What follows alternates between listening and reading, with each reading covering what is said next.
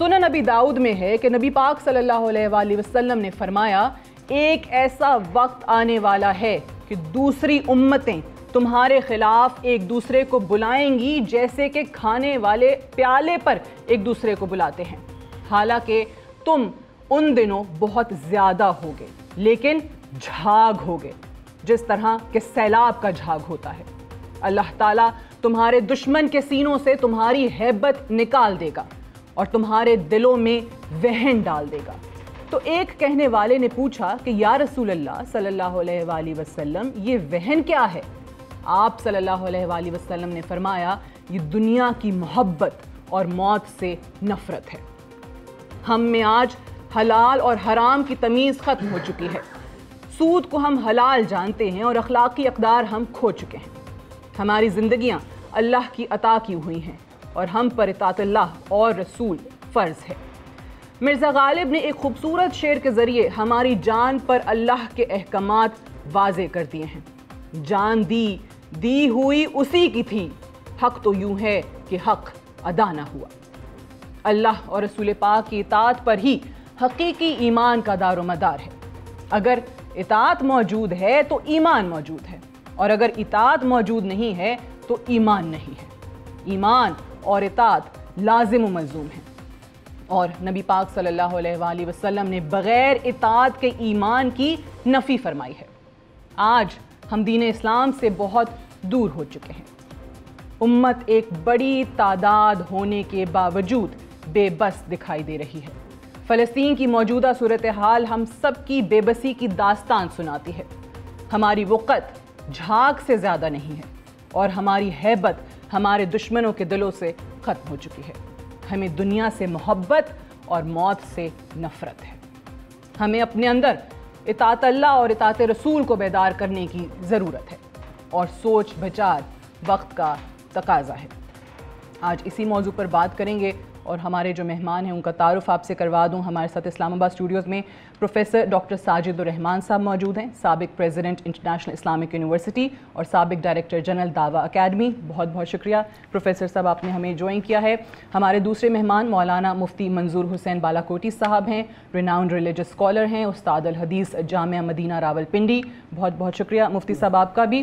اور لاہور میں ہمیں جوائن کر رہے ہیں ڈاکٹر ممتاز احمد سالک صاحب، پروفیسر ہیں پنجاب یونیورسٹی کے، another renowned scholar۔ بہت بہت شکریہ ڈاکٹر صاحب آپ کا بھی، لاہور میں آپ نے ہمیں جوائن کیا۔ پروفیسر ساجد الرحمان صاحب، اگر میں آپ ہی سے آغاز کروں، پہلے تو جس پستی اور جس زوال کی ہم بات کرتے ہیں جو ہمیں بہت عام مسلمانوں میں دیکھنے کو مل رہا ہے، اس کے محرکات کو اگر دیکھیں تو ہمیں تو واضح حکم ہے کہ ایمان تبھی مکمل ہے جب اطاعت اللہ کی اور اس کے رسول کی کرو گے۔ ہم نے کیا کام کیا کہ ہم اطاعت اللہ اور رسول تو بھول گئے، اطاعت ہمارے ہاں آ گئی شان و شوکت کی، مال کی، دولت کی، طاقتور کی، شہرت والے کی، محبت آ گئی دنیا کی۔ اس پہ ذرا روشنی ڈالیے۔ بسم اللہ الرحمن الرحیم۔ آپ نے انتہائی خوبصورتی کے ساتھ سوالات بھی اٹھائے اور خود ہی ان کا تجزیہ بھی فرما دیا، اور اسباب زوال امت پہ انتہائی خوبصورت گفتگو فرمائی۔ بہت شکریہ۔ دیکھیے، ہم امتوں کی تاریخ میں وہ واحد امت ہیں جن کے پاس احکام الہیہ بھی موجود ہیں، اور ان احکام الہیہ کو اپلائی کیسے کرنا ہے وہ بھی اس کے لیے سنت رسالت میں آپ صلی اللہ علیہ وسلم بھی موجود ہے۔ ایک ریاست کی تشکیل کا داعیہ بھی موجود ہے، اور پھر اس کی تشکیل کے جملہ خال و خط بھی ہمارے ساتھ انتہائی صراحت کے ساتھ موجود ہے۔ جب تک اس نظریے کے ساتھ ہماری وابستگی رہی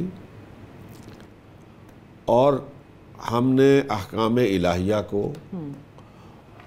اور اس کی جو پریکٹیکل شیپ تھی سرکار دو جہاں حضرت محمد الرسول اللہ صلی اللہ علیہ وسلم کی حیات مقدسہ کی صورت میں، اور پھر اس کو کا جو پھیلاؤ ہے وہ صحابہ اکرام رضوان اللہ تعالیٰ علیہم اجمعین کی زندگیوں میں ملتا ہے، جی، وابستہ رہے تو ہماری عظمت اور ہماری شوکت کے چرچے آسمانوں پہ بھی سنے گئے، زمین پہ بھی سنے گئے۔ لیکن یہ حقیقت ہے کہ قومیں اسی وقت عروج کی داستان بنتی ہیں جب وہ اپنے نظریے کے ساتھ وابستہ ہوتی ہیں۔ اور ہم نے اس ریاست کے ساتھ کیا کیا کہ حاصل تو ہم نے کی کلمے کے نام پہ، پاکستان کا مطلب کیا، لا الہ الا اللہ، اس لیے حاصل کی کہ یہاں ہم اسلامی قوانین کا نفاذ کریں گے، یہاں قرآن اور سنت کے جو ہے مطابق قوانین بنیں گے۔ ابھی بھی آپ کے آئین میں درج ہے کہ حاکمیت اللہ کی ہے، کوئی قانون ایسا نہیں بن سکتا جو اسلام کے منافی ہو۔ کہ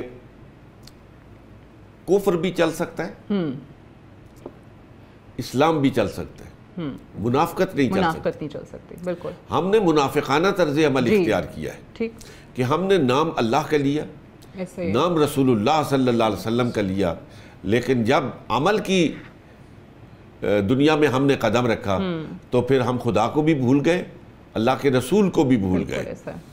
جب تک ہم بالکل اپنی صحیح فکر اور سوچ کے ساتھ اور پورے ایمان پر عزم بالجزم کے ساتھ رواں دواں نہیں ہوں گے، منزل ہم سے دور ہوتی چلی جائے گی۔ اسی کو مفتی صاحب آپ کی طرف لاتے ہوئے کہ پاکستان کو تو ہم نے ایک نظریاتی ریاست سے اٹھا کر ہم نے کہا اس کو ایک روایتی قومی ریاست بناتے ہیں، ہمارے لوگوں نے بڑی کاوشیں کر کے اس ملک کا یہ حال یہاں تک پہنچایا ہے۔ لیکن اگر ہم باقی دیگر ممالک کو بھی دیکھیں، مسلمان ممالک کی میں بات کر رہی ہوں، وہ اس بات کا منہ بولتا ثبوت نہیں ہے جو فلسطین کی حالت ہے کہ وہاں ناکام ہو گئے ہیں، بے بس ہیں، کچھ کر نہیں پا رہے اپنے ذاتی مفادات کی بنا پر، یا کہیں نہ کہیں آپ کو وہی لوگ، وہی حکمران صہیونیت کے اعلی کار بن کر نظر آ رہے ہیں۔ سو یہ امت والا کانسیپٹ کہاں غائب ہو گیا مسلمانوں کا؟ یہ ہم تو گروہ بندیوں میں اور تفرقے کا شکار ہو گئے۔ جی بسم اللہ الرحمن الرحیم، بہت اچھا سوال آپ نے اٹھایا ہے۔ دیکھیں، بینگ اے مسلم ہمارا قرآن کے اوپر ایمان ہے کہ اللہ کی آخری کتاب ہے، اور جناب رسول اللہ صلی اللہ علیہ وسلم کی جو تعلیمات ہیں وہ ہمارے لیے مشعل راہ ہیں، اور دنیا کا کوئی بھی پیش آمدہ آج تک بلکہ قیامت تک کوئی ایسا مسئلہ نہیں ہے جس میں جناب رسول اللہ صلی اللہ علیہ وسلم کی تعلیمات کے اندر ہمارے لیے کیا ہو رہنمائی موجود نہ ہو۔ بالکل۔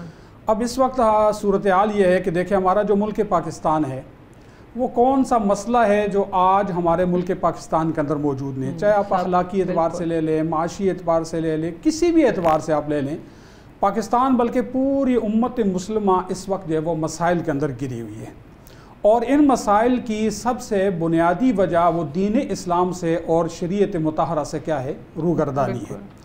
اور ہم نے کیا یہ کہ جو قرآن اللہ تعالیٰ نے ہمیں کتاب انقلاب کے طور پر اللہ نے جناب رسول اللہ صلی اللہ علیہ وسلم کے اوپر اتارا تھا، جس کے اندر اللہ تعالیٰ نے تمام جو ہے وہ مسائل کا حل جو ہے وہ کیا کیا تھا، اللہ نے اس کے اندر بتلایا تھا، اور جناب رسول اللہ صلی اللہ علیہ وسلم کی تمام وہ تعلیمات جو آپ صلی اللہ علیہ وسلم نے قیامت تک آنے والے انسانوں کے لیے ایک کامیابی اور فلاح کا جو ضامن تھی، ہم نے ان کو پس پش ڈال دیا اور ہم چلے گئے مغربیت کی طرف۔ اور جیسے وہ کہا جاتا ہے نا، ایک مقولہ مشہور ہے پروفیسر صاحب کہ کوا چلا ہنس کی چال اور اپنی بھی بھول گیا۔ ہمارے ساتھ یہی ہوا ہے کہ ہم نے ان کو فالو کرنا جب شروع کیا، اور تعجب کی بات یہ ہے کہ دیکھیں اس وقت مسلمانوں کے پاس فلاح کا، کامیابی کا سرچشمہ یعنی کلام مجید موجود ہے، اور دیکھیں اس وقت جتنی مغربی جمہوریت ہے، مغربیت کے اندر جن لوگوں نے اگر ترقی کی ہے نا، وہ اسلامی ان اصولوں کو فالو کر کے کی ہے۔ ایسا ہی ہے، حالانکہ یہ اسلام اللہ تعالیٰ نے دیکھیں مسلمان کے لیے، اگرچہ ساری امت کے لیے، لیکن اس کو فالو کرنے والے، اس پر ایمان لانے والے تو کون ہیں؟ مسلمان ہیں۔ اور مغربیت نے یہ کیا کہ انہوں نے اسلامی اصولوں کو فالو کر کے، قرآن کو فالو کر کے، قرآنی قوانین کو جو ہے وہ مطلب اپنے ہاں فالو کر کے انہوں نے ترقی کر لی، اور ہم مسلمان جو ہے انہوں نے جو ہے وہ انہی چیزوں کو پس پش ڈال کر جو ہے وہ کیا ہو گئے، دنیا کے اندر ایک ذلت کی گہرائیوں کے اندر جو ہے وہ کیا ہو گئے، مطلب ہے کہ ہم گرتے چلے گئے۔ اور دیکھیں اس وقت پوری امت، ہمارا جو ملک پاکستان ہے، اس کی تو بنیادی لا الہ الا اللہ پر ہے، ٹھیک ہے نا، اور بنانے کا مقصد بھی یہی تھا کہ دنیا میں ایک ایسی ریاست ہو کہ جس میں واقعتاً جو مطلب ہے کہ مدینہ کی ریاست کے جو ہے وہ کیا ہو، قائم مقام ہو، مدینہ کی ریاست کے طرز پر ہو، اور اس میں اللہ کے احکامات، جناب رسول اللہ صلی اللہ علیہ وسلم کی تعلیمات کو جو ہے وہ کیا کیا جائے، لوگ جو ہے وہ فالو کریں اور ان کے اوپر ان کا نفاذ کیا جا سکے۔ لیکن جیسے پروفیسر صاحب نے ابھی جو ہے وہ فرمایا کہ یہ ہمارا جو نعرہ تھا یہ ساری ایک زبان کا ایک نعرہ تھا، یہ ایک بیانیہ تھا جو اس وقت جو ہے وہ آزادی کے لیے لوگوں کے لیے استعمال کیا گیا، لیکن بدقسمتی سے آج تک اس کے اوپر عمل نہیں ہو سکا۔ ڈاکٹر ممتاز صاحب، یہی گفتگو کو آگے بڑھاتے ہوئے آپ کی طرف آتی ہوئی بتائیے کہ ابھی جیسے ہم بات کر رہے ہیں کہ ہم نے جو ہمارا اپنا نظام تھا، جو ہمیں قرآن نے یا جو ہمیں سیرت نبوی صلی اللہ علیہ وآلہ وسلم سے تمام چیزیں، تمام تعلیمات ہم تک پہنچیں، امت تو چلیں مجھے افسوس ہی ہوتا ہے نا کہ وہ تو کہیں نظر ہی نہیں آ رہی، سب بٹے ہوئے ہیں اپنے اپنے مفادات کے لیے، لیکن ہم نے کیا کیا کہ ہم نے وہ تمام نظام چھوڑ دیا۔ ہم نے کہا کہ لوگوں کو یا شاید یہ تعلیمات دیں یا یوتھ کو، نوجوان نسل کو یہ سکھایا کہ اگر وہیں پہ رہو گے تو تم جو ہے نا بہت پیچھے رہ جاؤ گے، پسماندہ طبقے میں تمہارا شمار ہوگا، تم جاؤ مغرب کی طرف، تم ان سے امپریس ہو، وہاں سے انفلوئنس لے کر آؤ یہاں پر، اور وہی طرز حکومت یا دیگر چیزوں میں اسی صہیونیت کو غلبہ جو ہے وہ ہمیں نظر آتا ہے۔ آپ کو لگتا ہے کہ یہی بنیادی وجہ ہے کہ ہم نے کہا کہ ہمارا جو دین ہے اس پر عمل کر کے ہم بہت پیچھے رہ جائیں گے؟ حالانکہ اوبیسلی ایسا نہیں ہے، ابھی جیسے بات ہوئی مذاہب بہت ہیں، واحد دین اسلام ہے، لیکن ہم امپریس ہوئے مغرب سے زیادہ، وجوہات کیا ہیں؟ بسم اللہ الرحمن الرحیم۔ مجھے اچھا لگ رہا ہے، ایک اچھے ٹاپک پر بات چیت ہو رہی ہے۔ اسلام کے دو معنی ہیں، ہم جانتے ہیں۔ ایک تو یہ ہے کہ یہ سر تسلیم خم کرنا، تو ان الدین عند اللہ الاسلام، انسانوں کے لیے جو دین جس اللہ تعالیٰ نے کائنات کو بنائی ہے اس نے دین اور ہدایت بھی خود دی ہے، اور صرف اسلام ہی کا راستہ ہے دین جس کو بنایا ہے جی۔ تو اس لیے جو ہے اگر کوئی اس کی پیروی کرے گا، جو ضمانت ہے سر تسلیم خم کر دیں۔ اسلام کا دوسرا معنی ہے سلامتی، امن، اور اس کے نتیجے میں جو ہے آپ کو سلامتی ملے گی، ہر طرح کی سلامتی ملے گی۔ یہ ایک واضح فارمولہ اللہ تعالیٰ نے دیا ہے۔ جتنے لوگوں اسلام کے علاوہ جتنی گمراہیاں ہوئی ہیں، آخر کار ان کی تباہی ہوئی ہے، اور پورے عاد، سمود اور فرعون اور ہارون اور حامان اور بڑے بڑے جن کا ذکر قرآن مجید نے ان کا انجام بتا دیا ہے کہ انہوں نے پیغام نصیحت سے منہ موڑا، انبیاء کی مخالفت کی، ان کے مقابلے میں رہے، آخر کار عبرت کے نشان بن گئے۔ چاہے جتنا مالی طور پر یہ وسائل ذرائع ان کو ترقی نہیں دے سکے، ہمارے ذہن میں یہ راسخ ہونی چاہیے بات۔ اسلام کے علاوہ جو نئے نظام گھڑے گئے ہیں، قدیم سرمایہ داری نظام تھا، مشرکانہ نظام تھا، یا اشتراکی نظام آیا، یا جدید مادہ پرستانہ نظام اور تہذیب جس کے اندر ہم رہ رہے ہیں، اس میں کوئی ایک چیز بھی ایسی نہیں ہے، اس کے مقاصد میں، نصب العین میں، طریقہ کار میں، اس کے نتائج میں کوئی ایک چیز بھی ایسی نہیں ہے جو ظلم اور استحصال پر مبنی نہ ہو۔ اس لیے میں صرف اس بات سے اختلاف کرتا ہوں کہ انہوں نے کوئی اسلام کی پیروی کی ہے، نہیں کی پیروی۔ اسلام کی پیروی اگر ہوتی تو ساری انسانیت کے لیے ایک ہی طریقہ ہوتا، انصاف کے طریقے ایک ہوتے۔ عالمی عدالت کے اندر آپ نے جو ہے ذکر کیا ہے فلسطین اور غزہ کا ذکر کیا ہے، کہاں ہے عالمی عدالت؟ ان کے فیصلے کہاں ہیں؟ انسانی حقوق کا منشور کہاں ہے؟ سلامتی کونسل کہاں ہے؟ یہ لوگ انصاف چاہتے ہیں بالکل، لیکن ڈاکٹر صاحب اس سے بھی پہلے معذرت کے ساتھ اس سے بھی پہلے افسوس ہی ہوتا ہے کہ وہاں فلسطین کی آواز بلند والا ملک کون تھا؟ جنوبی افریقہ۔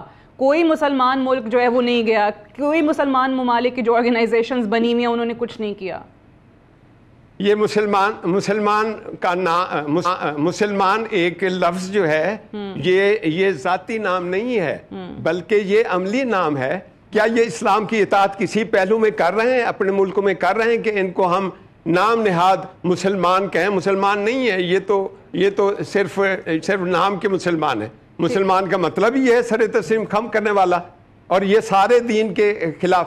سر تسلیم اگر کسی نے خم کیا ہے تو وہ غزہ نے کیا ہے، بالکل ان مجاہدین نے کیا ہے۔ بریک پہ جانا ہے، ٹائم بھی ہمارے پاس کیونکہ کم ہوتا ہے، تو بریک لے لیتے ہیں۔ بریک سے واپس آئیں گے تو ہم اپنے جو اسٹوڈنٹس ہیں آڈینس میں موجود ہیں ان کے سوالات کا سلسلہ بھی شروع کریں گے right after the short break. Stay tuned.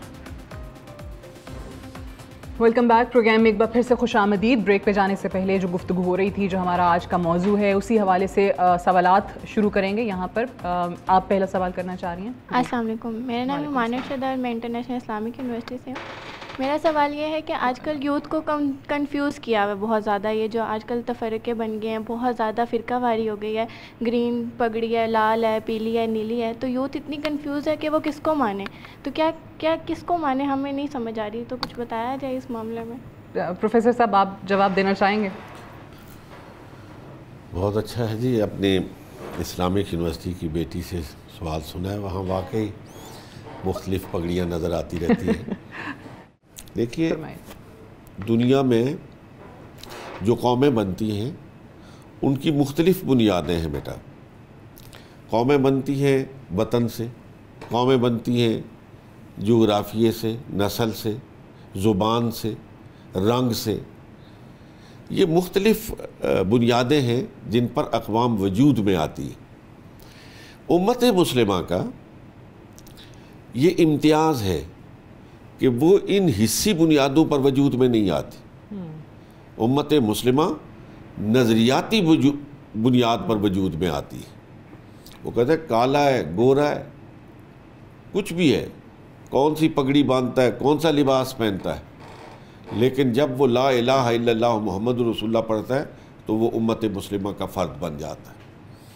یہ ساری تنوعات کے باوجود آپ کے پاس دین کی بنیادیں موجود ہیں, اور دین کی جو اصل حقیقت اور روح ہے وہ مجھے بھی معلوم ہے, آپ کو بھی معلوم ہے, ہم سب کو معلوم ہے. قرآن ہمارے پاس ولا رطب ولا یابس الا فی کتاب مبین, ہمارے لیے رہنمائی کا ہر جز اور ہر راہ اس قرآن کے اندر روشن ہے, موجود ہے. ایک اور سوال شامل کرتے ہیں. جی آپ کرنا چاہ رہی ہیں؟ میرا نام عائشہ ہے, بیریا یونیورسٹی سے. مسائل پہ بات کی جائے تو وہ تو نہ ختم ہونے والے ہیں. اگر سلیوشنز کے بارے میں بات کرنا چاہوں گی, کیونکہ اس پہ اگر بات کی جائے تو ایز اے یونٹ دیکھا جائے, جیسے میں خود بھی ٹیچنگ کے اس سے رہی ہوں, کہ ہم اگر اپنے چھوٹے بچوں کو اونرشپ دین کی دے دیں. ہمارا جو مجھے ایک مسئلہ نظر آتا ہے وہ یہ کہ ہم میں اونرشپ نہیں ہے. دو کہ ہمارا ریلیجن شاید سب سے ماڈرن ریلیجن ہے, بیکاز جو 4 کتابیں ان میں سب سے آخری کتاب آ گئی, اس کے بعد اب اور کوئی نہیں آنی. تو it is basically the most modern religion. اور جیسے سر نے بات کی کہ ہم کیا کریں, مجبوری نہ ہم 3 میں ہے نہ 13 میں, آدھے انگریز آدھے وہ, لیکن اب ایسے ہی چل رہا ہے. تو وائی ناٹ کہ اسی طریقے سے ہم اپنے اسٹوڈنٹس کو ریسرچ کی طرف لانے کی کوشش کریں. ایسے اب ہمارے جو میں نے جیسے پڑھا اپنے اسکول میں, تو ہمارا ایک وہ ناظرہ ہوتا تھا جس کو ہم نے یاد کرنا. یقین جانے وہ آتا ہوگا مجھے زبانی, لیکن اس کا کوئی فائدہ نہیں ہے عملاً, کیونکہ مطلب نہیں پتہ. اگر ہم انہی اسٹوڈنٹس کو آپ کی سیرت اس طریقے سے پڑھائی جائے, آپ کی ڈیلی ٹریٹس کے بارے میں, آپ کیسے مسکراتے تھے, کیسے ایک محبت, کہنے کا مقصد ایک محبت پیدا کی جائے دین کے لیے, رادر دین اس کو امپوز کرنے کے. آپ جواب دینا چاہ رہے ہیں؟ چلیں آپ مختصر. بیٹا آپ نے جو بات کی ہے, میں اس اعتراف کے ساتھ اس کا جواب دینا چاہتا ہوں کہ میری عمر کے بھی کوئی تقریباً 40-42 برس ان یونیورسٹیوں میں, کالجوں میں گزرے ہیں. ہم اس ملک کو نہ یکساں نصاب تعلیم دے سکے, نہ یکساں نظام تعلیم دے سکے. وہی جس کی طرف آپ نے پہلے اشارہ کیا ہے کہ دیگر جو ہمارے معاملات زندگی ہیں, اسی طرح ہم نے تعلیم کے ساتھ بھی سلوک کیا ہے. اب جب تک بنیاد سے کسی نصاب کو اور نظام کو اپنے اندر داخل نہ کیا جائے, اور 10 سال بعد, 15 سال کے بعد اس کے اندر ایک تبدیلی لانے کی کوشش کی جائے, تو بہت مشکلات پیدا ہوتی ہیں. بالکل آپ نے درست کہا, اور میں 100% اس سے متفق ہوں کہ بچوں کی ابتدا سے ایسے ماحول میں پرداخت ہونی چاہیے کہ وہ پھر ہر روز تعلیم کے ساتھ ساتھ ایک مسلمان بچہ بنتے چلے جائیں, اسلامی تعلیمات کا نمونہ بنتے چلے جائیں.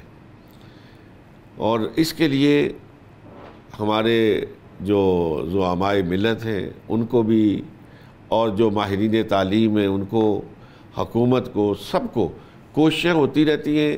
یہاں پہ تجربات بھی ہوتے رہتے ہیں, لیکن افسوس کے ساتھ کہنا پڑتا ہے کہ ابھی تک ہم کوئی ایسا لائحہ عمل مرتب نہیں کر پائے کہ ہم پورے یقین کے ساتھ یہ کہہ سکیں کہ اب ہمارے بچے جو ہیں وہ اللہ کے فضل سے جب وہ یونیورسٹیوں سے نکلیں گے تو پھر وہ ایک انجینئر ہی نہیں ہوں گے، مسلمان انجینئر ہوں گے، ڈاکٹر نہیں ہوں گے، مسلمان ڈاکٹر ہوں گے. اچھا، میرے پاس اب 2 سوالوں کی گنجائش ہے، مفتی صاحب کے لیے ایک سوال اور ایک ڈاکٹر ممتاز صاحب کے لیے سوال. آپ کرنا چاہ رہے ہیں؟ میں آتی ہوں آپ کی طرف. جی السلام علیکم.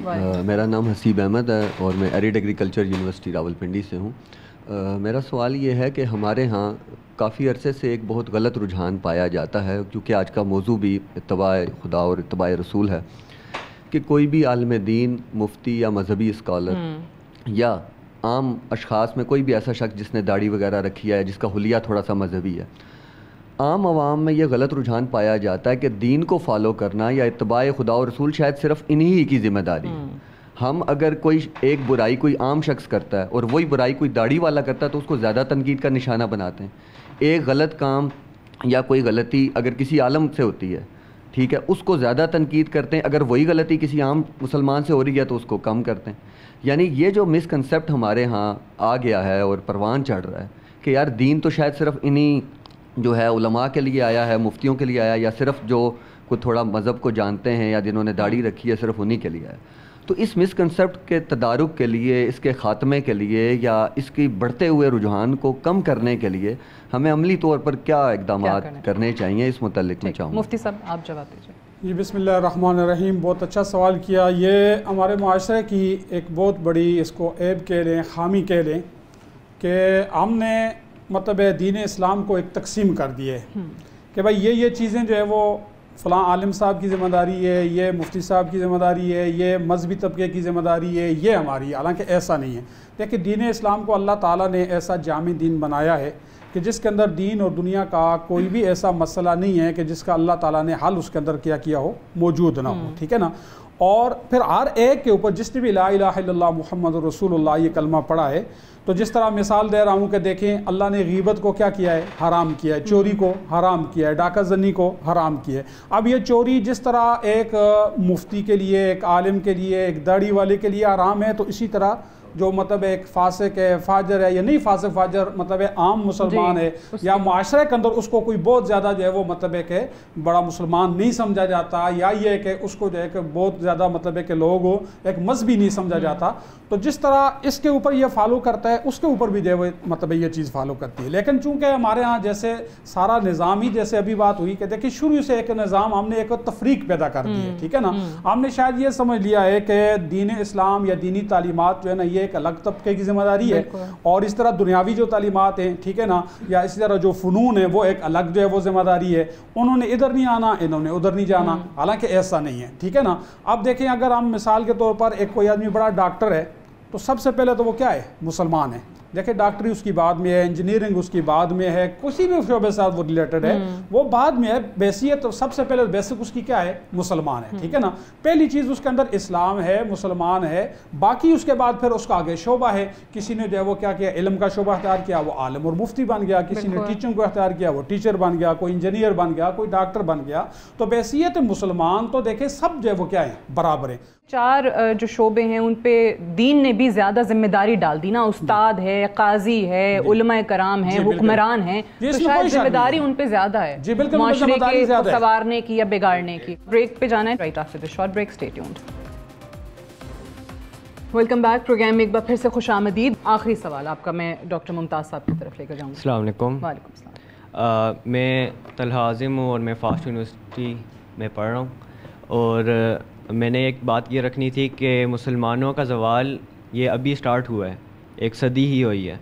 اور ہمیں نظر یہ آتا ہے کہ 1924 تک جب تک عثمانی خلافت تھی تو کسی حد تک اللہ اور اس کے رسول کے قوانین پر عمل ہم لوگ کر رہے تھے، جس کی وجہ سے ہم لوگ دنیا میں سپر پاور تھے. تو کیا اب ہمیں واپس اسی چیز کو ایگزامپل بنا کے واپس اگر ہم نے واپس اس اتھارٹی پہ جانا ہے، اس سپر پاور والی کیٹیگری پہ جانا ہے، تو واپس کیا ہمیں اسی نظام کو واپس نہیں لانا پڑے گا؟ کیونکہ ہمیں نظر یہ آتا ہے کہ ہمیں 70 سے زیادہ سال ہو گئے ہیں پاکستان میں، اور ہم لوگ دیکھے جا رہے ہیں کہ ہم لوگ شکلیں بدلے جا رہے ہیں. کبھی نواز شریف آ جاتا ہے، کبھی شہباز شریف آ جاتا ہے. کبھی عمران خان آ جاتا ہے، لیکن سسٹم وہی چل رہا ہے. ٹھیک ہے ایک گاڑی میں مسئلہ ہے تو ہم لوگ اس کے ڈرائیور بدل کے گاڑی کا مسئلہ نہیں صحیح ہو جائے گا. تو کیا ہمیں جو کہ پاکستان لا الہ محمد رسول اللہ صلی اللہ علیہ وسلم کی بنیاد پہ بنایا گیا تھا، کیا ہمیں وہی نظام جو کہ خلافت کا نظام اسلام ہمیں دیتا ہے، کیا وہی ہمیں پاکستان میں نافذ نہیں کرنا چاہیے؟ ٹھیک ہے ڈاکٹر ممتاز صاحب، اس کا ذرا جواب دیجیے گا کہ خلافت عثمانیہ کے بعد سے جو زوال شروع ہوا تو ہم سنبھلنے کا نام نہیں لے رہے، تو واپس اسی نظام کی طرف جانے کی ضرورت ہے؟ علامہ اقبال نے کہا ہے سبب کچھ اور ہے تو جس کو خود سمجھتا ہے، زوال بندہ مومن کا بے زری سے نہیں.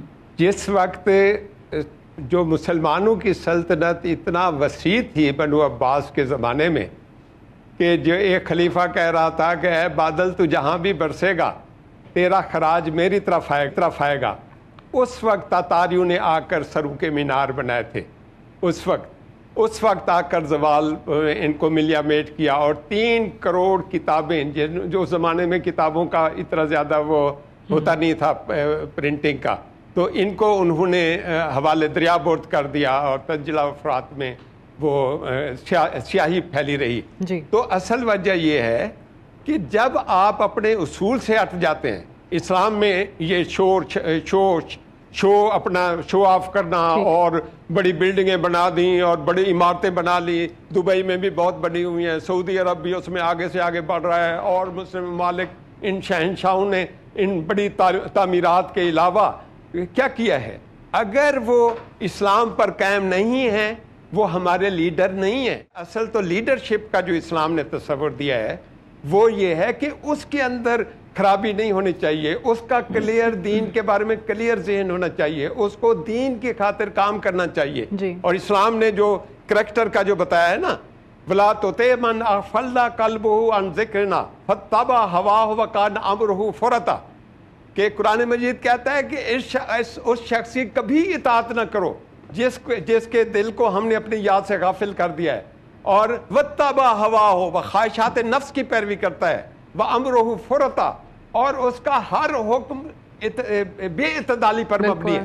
تو یہ جو ہماری لیڈرشپ ہے جن کو ہم نے منتخب کیا ہے، سیاسی لیڈرشپ ہو، مذہبی لیڈرشپ ہو، معاشی لیڈرشپ ہو، اور جو سماجی لیڈرشپ ہو، یہ کیسے لوگ ہیں جو لیڈرشپ پر بیٹھے ہیں؟ بٹ بات وہی ہے جو ان کا سوال ہے کہ وہ لیڈرشپ ہے. ٹھیک کہ کیا آپ کو نظام تبدیل کرنا، آپ خلافت کی بات کر رہے ہیں. اچھا، اس لیے لیڈرشپ تبدیل کریں گے تو نظام تبدیل ہوگا نا. بٹ اس لیے سب سے پہلی بات یہ وہ لیڈرشپ ہے جو بینیفیشری اس نظام کی ہے، تو یہ کیوں چاہیں گے کہ سسٹم تبدیل ہو؟ یہ تو کبھی تبدیل نہیں ہونے دیں گے. تو پھر ہم نے خود کرنا ہے. یہی میں بچوں کو کہہ رہا ہوں، جو جتنے سوالات ہوئے ہیں میرا سب کے لیے جواب یہ ہے کہ ان مولویوں کو چھوڑیں. یہ قرآن اور حدیث سے ڈائریکٹ لنک سے روکتے ہیں. میں اس کا گواہ ہوں، رات دن مجھے اس کا سامنا کرنا پڑتا ہے. اور یہ لوگ جو ہے اپنی اجارہ داری اسی طرح قائم رکھنا چاہتے ہیں جس طرح علماء یہود اور علماء جو ہے وہ کہنا وَاتَّخَذُوا أَحْبَارَهُمْ وَرُهْبَانَهُمْ أَرْبَابًا مِن دُونِ اللَّهِ، کہ انہوں نے جو ہے یہود اور نصارہ نے اپنے صوفیوں کو، اپنے بزرگوں کو اللہ تعالیٰ کی خاطر اللہ تعالیٰ کی بجائے رب بنا لیا. تو حضرت عدی جو ہے وہ عیسائیت کے عالم تھے، انہوں نے کہا یا رسول اللہ یہ آیت نازل ہوئی ہے، ہم تو اپنا رب نہیں سمجھتے تھے ان کو.